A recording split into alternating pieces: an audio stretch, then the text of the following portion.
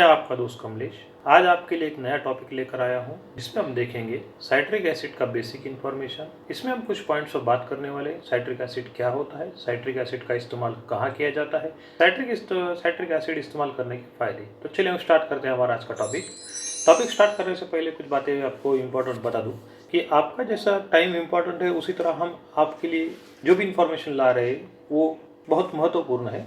अगर आपको इसमें कुछ अपडेशन चाहिए या फिर आपको लगता है कि इस टॉपिक पर इन्फॉर्मेशन आना चाहिए तो हमें ज़रूर शेयर करें। कमेंट बॉक्स में शेयर करने पर हम उस पर रिप्लाई देने का प्रयास करेंगे। तो चलिए हम स्टार्ट करते हैं हमारा आज का टॉपिक। तो आज के टॉपिक में हम देखेंगे सबसे कुछ पॉइंट्स है, उस पॉइंट के बारे में एक एक करके बात करता हूँ। साइट्रिक एसिड क्या है, साइट्रिक एसिड का फिजिकल प्रॉपर्टीज़ और जनरल इन्फॉर्मेशन क्या है, साइट्रिक एसिड का मैन्युफैक्चरिंग प्रोसेस क्या है, साइट्रिक एसिड को स्टोरेज कैसे किया जाता है, मार्केट में कौन से पैकिंग में अवेलेबल होता है, साइट्रिक एसिड को हैंडल करने का प्रोसीजर क्या है, साइट्रिक एसिड इस्तेमाल करने की वजह क्या है और साइट्रिक एसिड इस्तेमाल करने से कहाँ किया जाता है और हमें क्या फ़ायदा होगा, उसके बारे में वन बाय वन मैं एक एक करके बता रहा हूँ। तो आगे जुड़े रहिए। सबसे पहले एकदम सिंपल लैंग्वेज में बताता हूँ आपको, साधारण लैंग्वेज में। साइट्रिक एसिड, इसका कॉमन नेम यही साइट्रिक एसिड ही इसी नाम से जाना जाता है और इसका जो केमिकल नेम है 2 hydroxy propane 1,2,3 try carboxylic acid, या हम हिंदी में ज़्यादातर हम ग्रोसरी शॉप में इसे नींबू के फूल इस नाम से जानते हैं। तो चलिए अब नेक्स्ट इसमें जो आता है इसका साइट्रिक एसिड है क्या एक्चुअल देखिए। साइट्रिक एसिड यह वाइट ऑर्गेनिक क्रिस्टलाइन कंपाउंड है। It work as weak organic acid. Its chemical formula, अभी इसका केमिकल फार्मूला C6CH8O7, ये इसका केमिकल फार्मूला है। और स्ट्रक्चर दिखने में कैसा है देखिए, यहाँ देखिए मैं बता रहा हूँ कि ये शाइनी एकदम वाइट ऑर्गेनिक क्रिस्टलाइन फॉर्म है, यानी कि शक्कर की तरह दाने दिखेंगे लेकिन एकदम क्रिस्टलाइन होंगे, छोटे छोटे क्रिस्टल्स होंगे, शाइनिंग। इसका कैश नंबर यानी दुनिया में हमें जब मटेरियल मंगाना हो, केमिकल एक्सट्रैक्ट नंबर जो है ये इसका देखिए 77-92-9। यूरोपियन यूनियन में अगर देखा जाए तो इसे जब हम मंगाना हो तो इसे या फिर बेचना हो तो 201-069-1। और एक यहाँ एक मैं नई बात बता रहा हूँ, ई नंबर, ई यानी यहाँ पर जब फूड इंडस्ट्री में कुछ हम वहाँ पर ई नंबर से कुछ डिनोट करना चाहते हैं तो उसका यूरोपियन नंबर जो होता है फूड इंग्रेडिएंट का, उसे E330 नंबर से जाना जाता है। अब देखिए यहाँ पर कुछ फिजिकल प्रॉपर्टीज़ बता रहा हूँ, 7 प्रॉपर्टीज़ में जनरली डिस्कस करूँगा, उसके बारे में देखिए एक्सप्लेन कर रहा हूँ। सबसे पहले यह वाइट शाइनी क्रिस्टलाइन कंपाउंड है, दिखने में कैसा होता है। इसका जो स्टेट है ये क्रिस्टलाइन सॉलिड मटेरियल है। इसका जो पीएच हम अगर चेक करना चाहें तो 3% अगर सॉल्यूशन बनाएंगे, 3% सॉल्यूशन यानी 3 ग्राम हम साइट्रिक एसिड लेकर 100 ग्राम वाटर में डिज़ोल्व करेंगे तो उसका पीएच अबाउट आपको 4.7 आएगा।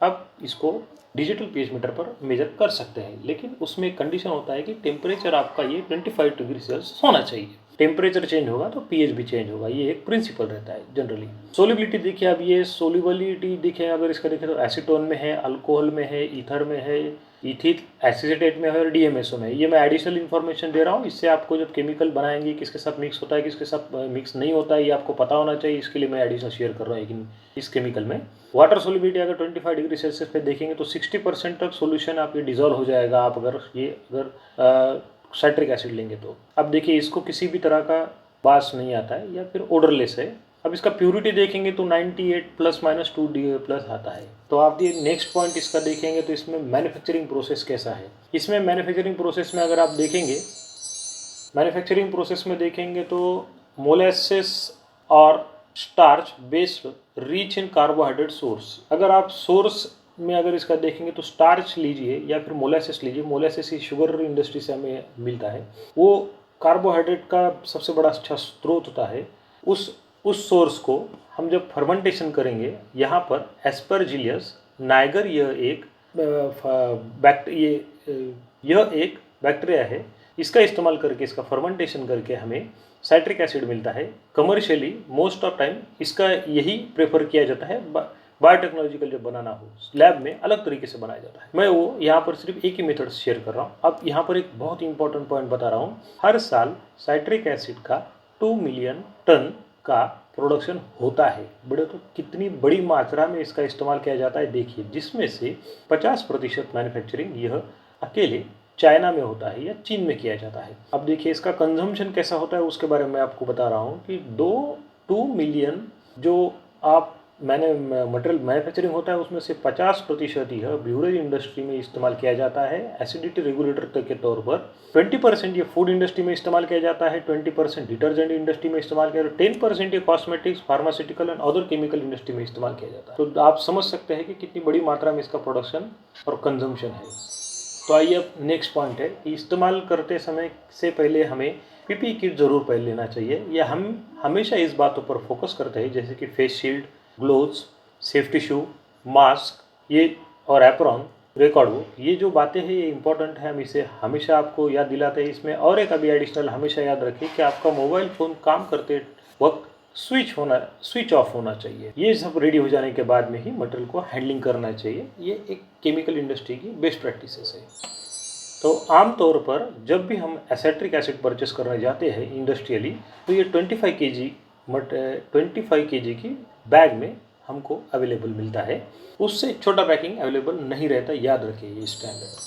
अब देखिए साइट्रिक एसिड मटेरियल रिसीव होते ही उसे heat, temperature, direct sunlight, moisture, पानी के सोर्स से हमें दूर रखना चाहिए, क्योंकि यह मटेरियल वाटर सेंसिटिव है। यानी अगर इसको आपका मॉइस्चर एब्सॉर्ब हो जाएगा तो इसमें आपको अलग से मटेरियल के वहाँ पर लम्स बन जाएंगे जो आपके लिए आपका प्रोडक्ट का परफॉर्मेंस डाउन करते हैं। इतना बस याद रखिए कि इसको वाटर सोर्स से दूर रखना है बस। अब आता है, इसलिए हम स्टार्ट करते हैं साइट्रिक एसिड इस्तेमाल करने की वजह क्या है। साइट्रिक एसिड इस्तेमाल जब भी हम डिसइंफेक्टेंट या फिर इंसेक्टिसाइड बनाते हैं उसमें साइट्रिक एसिड यह बैक्टीरिया और वायरस मारने का काम करता है। Work as a preserving agent in food industry में काम करता है और केमिकल इंडस्ट्री में।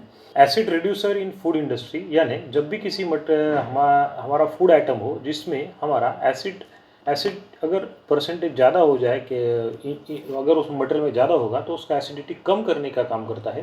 फ्लेवरिंग एजेंट के तौर पर यह काम करता है फूड इंडस्ट्री में, यानी एक आपको साइट्रिक एसिड का एक जो है सोर टेस्ट आता है तो वो का एक टेस्ट बढ़ाएगा। Work as a chelating agent in cleaning industry, ये चिलेटिंग एजेंट यानी अदर मटेरियल के साथ में चिलेशन फॉर्म करके प्रोडक्ट का परफॉर्मेंस बढ़ाएगा। अब देखिए ये साथ अगर आप डिटर्जेंट इंडस्ट्री में इसका इस्तेमाल देखेंगे तो इसके 2 प्रॉपर्टीज़ के तौर पर काम करता है। पहला, work as a water softening agent का, और क्लीनिंग एजेंट ये सेकंड प्रॉपर्टीज़ है। ये स्टेन रिमूविंग में हेल्प करता है इन डिटर्जेंट इंडस्ट्री में। अब आता है नेक्स्ट, इसका इस्तेमाल आता है डिओड्राइजिंग एजेंट। अब जब भी हम कुछ प्रोडक्ट रहते हैं जिसमें हमको कुछ फूड प्रोडक्ट का हमको पनीर स्मेल आता है, उस वक्त यह डिओड्राइजिंग एजेंट का काम करता है उस प्रोडक्ट में। Work as a dead skin remover in cosmetics, हमारे स्किन पे जब रिंकल्स वगैरह डेवलपमेंट होता है तो उसको कम करने के लिए का भी ये काम करता है, और डेड स्किन को उसके ऊपर से डेड स्किन रिमूव करने का भी काम करता है। Work as a ideal pH balancing agent in most of chemical industries. देखिए कि इसका ये एक बहुत अच्छा प्रॉपर्टीज़ है कि ये पीएच बैलेंसिंग के लिए आमतौर पर इस्तेमाल किया जाता है। कॉस्मेटिक्स इंडस्ट्री हो, डिटर्जेंट इंडस्ट्री हो, या फिर आपका क्लीनिंग इंडस्ट्री हो, या फिर फूड इंडस्ट्री हो, या ब्यूरेज इंडस्ट्री हो, पीएच बैलेंसिंग का बहुत इंपॉर्टेंट इसका बिहेवियर है।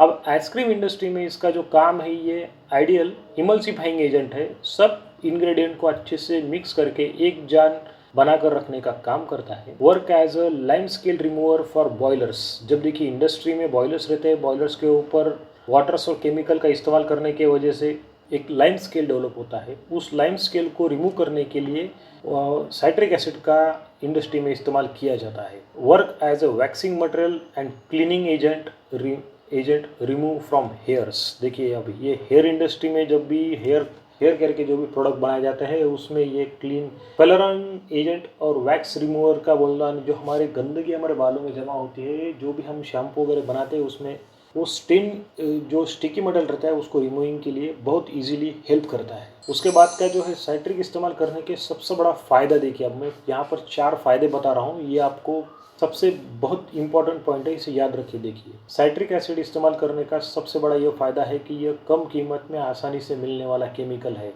सबसे सस्ता और कम कीमत में इजीली अवेलेबल होने वाला केमिकल है। इससे मैन्युफैक्चरिंग कॉस्ट कम की जा सकती है as compare to other products. जब भी हम किसी प्रोडक्ट का पीएच एडजस्ट करना हो उस वक्त अगर दूसरा केमिकल ढूंढेंगे तो उससे कॉस्ट बढ़ेगा, लेकिन ये इजीली अवेलेबल और कम कॉस्ट में मिलने वाला मटेरियल, इसलिए इसका मैन्युफैक्चरिंग कॉस्ट में हेल्प करता है कम करने में। अगर यही हम और इसकी प्रॉपर्टीज़ है जैसे कि फ्लेवरिंग एजेंट है, उसके बाद आपका उसका पेस रिड्यूसिंग प्रॉपर्टीज़ है, क्लीनिंग प्रॉपर्टीज़ है, इंसेक्टिसाइड प्रॉपर्टीज़ है, या अगर किसी और हम केमिकल ऐड करेंगे तो उससे कीमत बढ़ सकता है।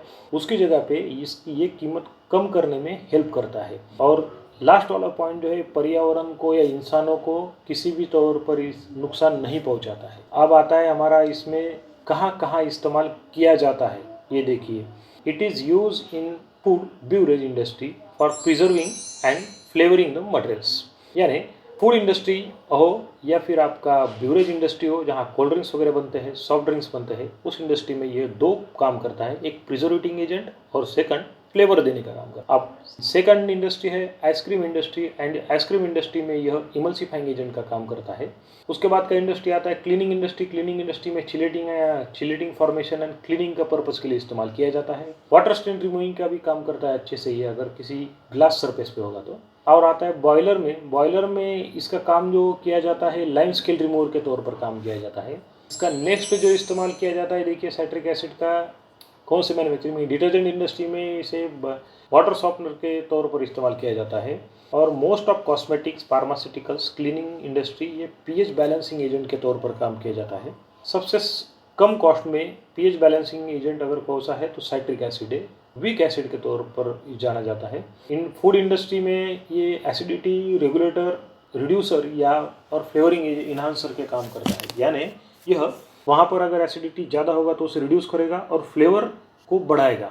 ये for bacteria and virus killing purpose के लिए भी डिसइंफेक्टेंट के प्रोडक्ट में इस्तेमाल किया जाता है। उम्मीद करता हूँ इस वीडियो में जो भी मैंने बातें बताई आपको उसमें बहुत सी इन्फॉर्मेशन मिल गई होगी। अगर आपका कोई क्वेरी हो तो ज़रूर कमेंट बॉक्स में शेयर करें, हम उस पर काम करके रिप्लाई देने का प्रयास करेंगे। तो thank you for watching our video. Thank you very much.